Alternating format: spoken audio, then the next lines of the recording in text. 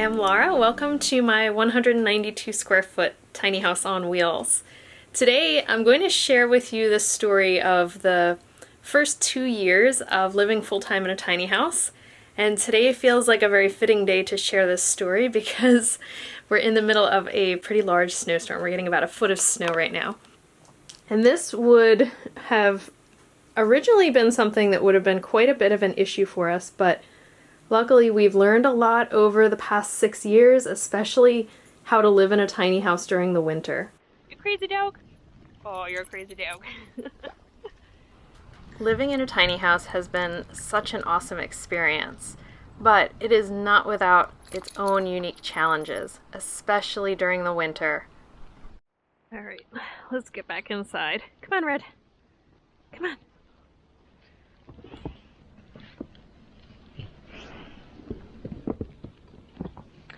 Back to the fire. Oh, there we go. One part of that learning process is figuring out how important that wood stove is, especially today.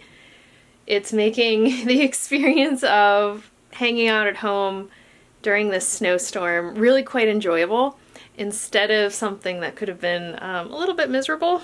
This spring is going to mark 6 years that we've lived full-time in 192 square feet.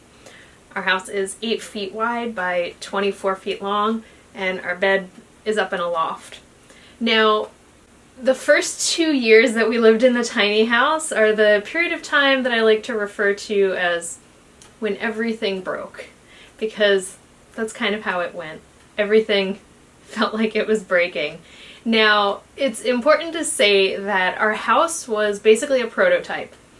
6 years ago, there were not a lot of tiny house builders out on the market, and the builder that we found and the builder that fit into our rather small budget was a brand new builder. He had just started his company, and we were taking a risk, and I kind of knew that we were buying a prototype, so going into it, I had the expectation that we were probably going to have to fix and update a lot of things later on, and we were definitely right about that. Now, we don't regret the decision to buy the tiny house. Actually, 6 years later, looking back, I think it was one of the best things that we ever did, and I would definitely do it all over again. But let's talk about what made those first 2 years very eventful and a very good learning process. The first thing that broke, or actually it didn't really break, it just wasn't working properly, was our mini split unit.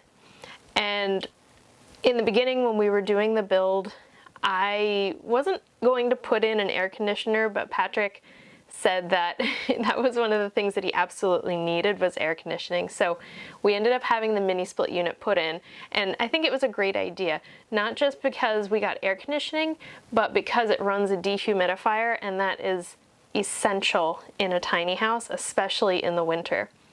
But we officially moved into the house in June. I think it was like the first week of June. We were kind of back and forth to the condo, moving things, working on the house, getting all of our storage in here. And when it started to get really hot and humid, we were running the mini split on the air conditioner setting, and all of a sudden a lot of water started to run down the wall and drip. It was definitely a problem. We couldn't run the air conditioner without water kind of coming out and running into the loft where all of my books were. So we had to call a local HVAC guy to come out and look at it a couple of times, and he ended up actually putting in the piece of white plastic that you see outside on the front of the tiny house, and that's to actually drain that fluid out.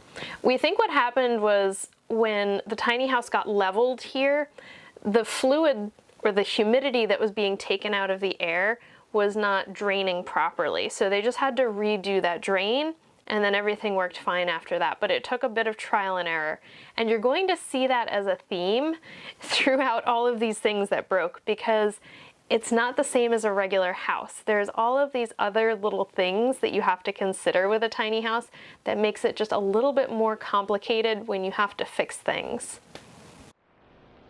This white pipe that you see on the side of the house is the one that the HVAC guy put in to help drain the air conditioner properly.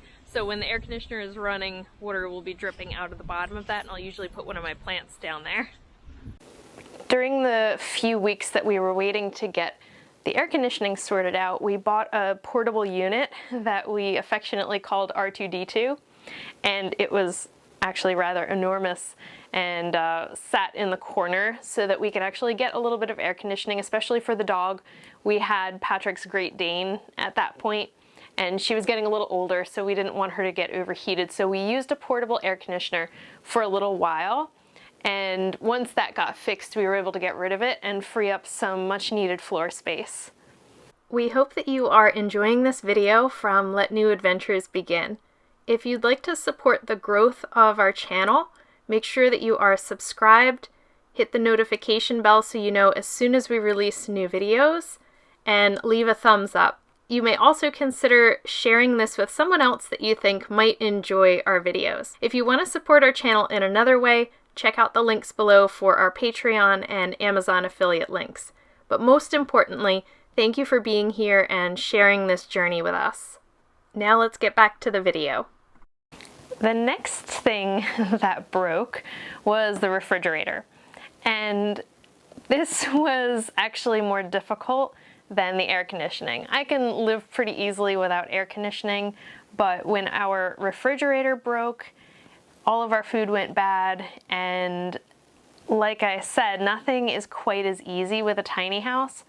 So we tried to get our original refrigerator repaired, but it was one of the things in the building process that we didn't upgrade. We just kind of went with a very basic, not one of your major brands. It wasn't like an LG or a GE or something like that. And because of that, we couldn't get it repaired. So we called a couple repair places, and they said, oh, we don't do repairs on anything that's not one of these main brands. So we were like, okay, we have to order a new fridge. Now, the fridge that we had originally was kind of a typical, I would say like a fridge that somebody would have in their basement as like their second refrigerator because it's a little smaller. But we decided to upgrade at that point and get something a little bit sleeker and definitely a name brand. So we got an LG. And this one has the refrigerator on the top and the freezer on the bottom, which I love. It's just so much more convenient when you're getting things. So overall, I would say the switch from the old fridge to the new fridge was definitely an upgrade. But the catch was we had to special order it because this fridge is very narrow and tall, and they don't carry them in stock at Home Depot or Lowe's. So it had to be a special order. And this was back even before supply chain issues and shipping slowdowns, and it was going to take about 3 weeks for us to get our new refrigerator. And man, do I remember those 3 weeks, because it was hot. We couldn't just leave things outside. Like if our fridge broke right now, we could leave some things outside and they would be kept cold, but this was in the summer, of course. So it was a long 3 weeks that I remember we would kind of alternate. Pat would go to the store one day, I would go to the store the other day on our way home from work to get anything fresh. But if you think about it, you couldn't have milk or cream in the house. Fresh vegetables wouldn't last very long. We had to try to keep them with ice, and then ice was melting. So it was really not a fun 3 weeks. It was super inconvenient. Now, the reason our fridge broke is kind of an important thing. We left the door a little bit ajar overnight. We left the door of the freezer open a little bit when we went to sleep, and then that burnt out the motor. So it was definitely our fault that that happened, and we're a lot more careful to make sure that we close the door completely so that we don't run into the same issue. But we are very happy with our upgraded fridge and the different configuration of it, so that worked out well. The next problem that we had when it started to get cold was the furnace.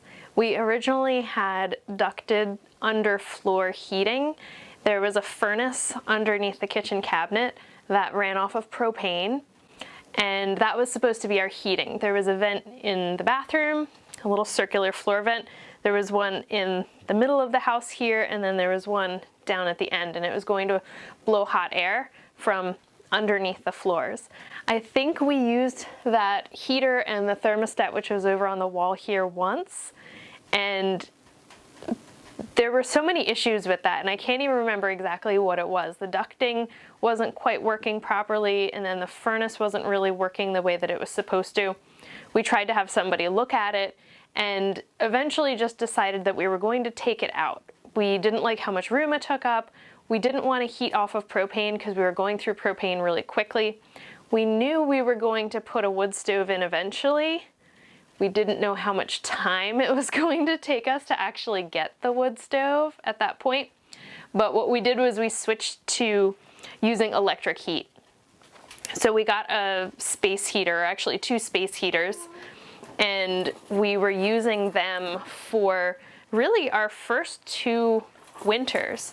The first winter that we spent in the tiny house was pretty mild. I feel like we got off easy, and thank goodness for that, because if our first winter went the way that our second winter went, I'm not sure if we would be living in the tiny house right now. The winter from 2016 to 2017 was our first winter in the tiny house, and it wasn't a bad winter. We live kind of close to the coast, so we tend to not get a ton of snow most of the time. The storm that we have right now is kind of the exception to the rule. Overall, our winters tend to be toward the mild side, and that winter definitely was. Our pipes maybe froze a little bit, and we figured out how to fix our heat tape so that it covered the ends better, so that we didn't get any buildup of ice in the lines. But that was really the biggest lesson that we learned our first winter in the tiny house. The second winter in the tiny house was a completely different situation, and we refer to it to this day as the Great Freeze Up, because it was cold and everything froze. Everything.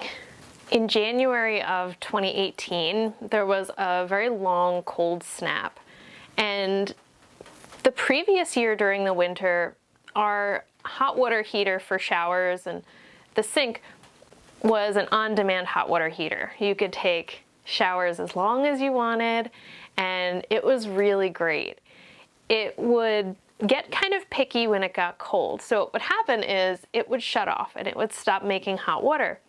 And what we figured out was we had to go outside to the access panel and push the reset button, because the hot water heater that we had was rated to be functional until about 27 degrees. And we thought, well, that's fine. It really doesn't get that cold in New Jersey for that long, so it should be fine, right? There were quite a few times when one of us would go to take a shower, the hot water wasn't working, so somebody had to take the drill outside, walk around the side of the tiny house, open the access panel, push the reset button, and come back in. So I think there were probably several times when our neighbors saw Patrick walking outside in a towel, holding a drill. But that was just the first winter when it wasn't that cold. The second winter, when we had that really cold period, all of a sudden it was way colder than 27 degrees. And we woke up one morning and all of our pipes were frozen. So our sink wasn't working. It's a terrible feeling if you've ever had that experience. You wake up and you're just like, oh, no. So we had no water. And it was going to be cold that entire week. It was going to be not just a little bit cold, but it was going to be like 10, 8, 5 degrees. It was single digits, maybe double digits when we were lucky, for the entire week. So the prospect of defrosting our pipes was really not looking so good. Gosh, that is pretty deep snow actually. So here, as we come around the back of the house, you can see this is our water line, and it's wrapped up pretty well right now, but we've had it freeze right here where it kind of connects to the house. It has frozen there a couple of times, and we learned how to wrap the insulation around and put this stuff here so that it actually is doing really well right now. The other point that it froze a couple times is over here at the actual spigot. So you can see our very attractive trash can. It actually works very well. It keeps the snow off of it. We have the heat tape wrapped all the way under there, and then there's an additional old blanket that we have wrapped around. So that's done a good job of keeping our water running when it's really cold like this. We have very little storage in our kitchen, and part of that is because of the hot water tank. It's really quite large. It takes up almost all the space in this cabinet in the kitchen. But this is also where the furnace was. This vent down here is the only thing that's left from the furnace. And now I keep it covered up with a magnet because it just lets cold air in. But there is the new hot water heater that we had to put in with a tank. So the tankless did not work well for us. And this has been doing very well for the last 3 winters.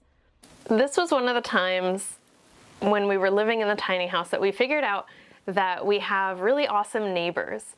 There were so many different days that either our pipes were frozen or we were having a problem with something, and one of our neighbors would come over and try to help us out or bring us a space heater or tell us how to redo our heat tapes so that it would work better.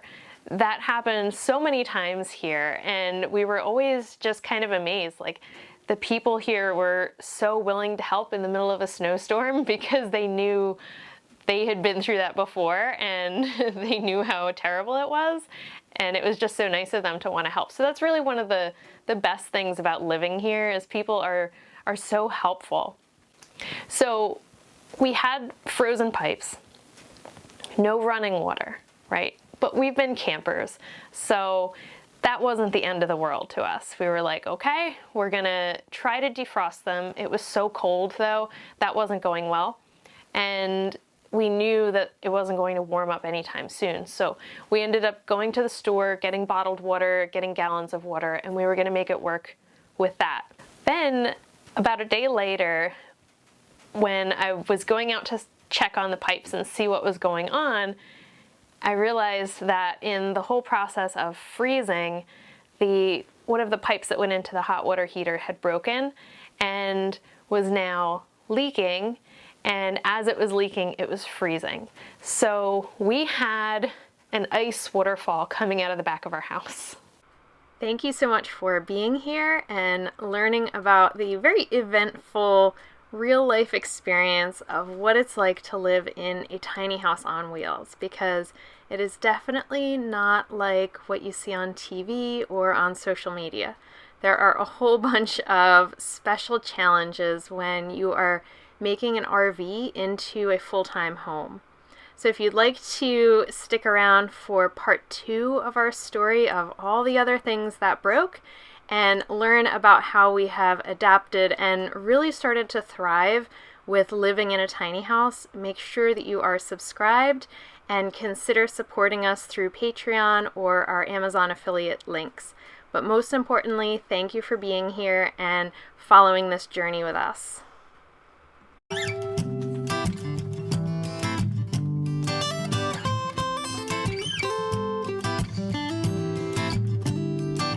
Well, you worried about you and me, the injustice, the next president to be, the news and what you hear, your career. It's time for you to face those fears, and it's all fair to be aware, and I'll be there, so don't be scared. Just take a deep breath of air, and 1, 2, 3 to 10, you begin to focus again, and though time flies, we'll have enough to realize this bigger than the both of us.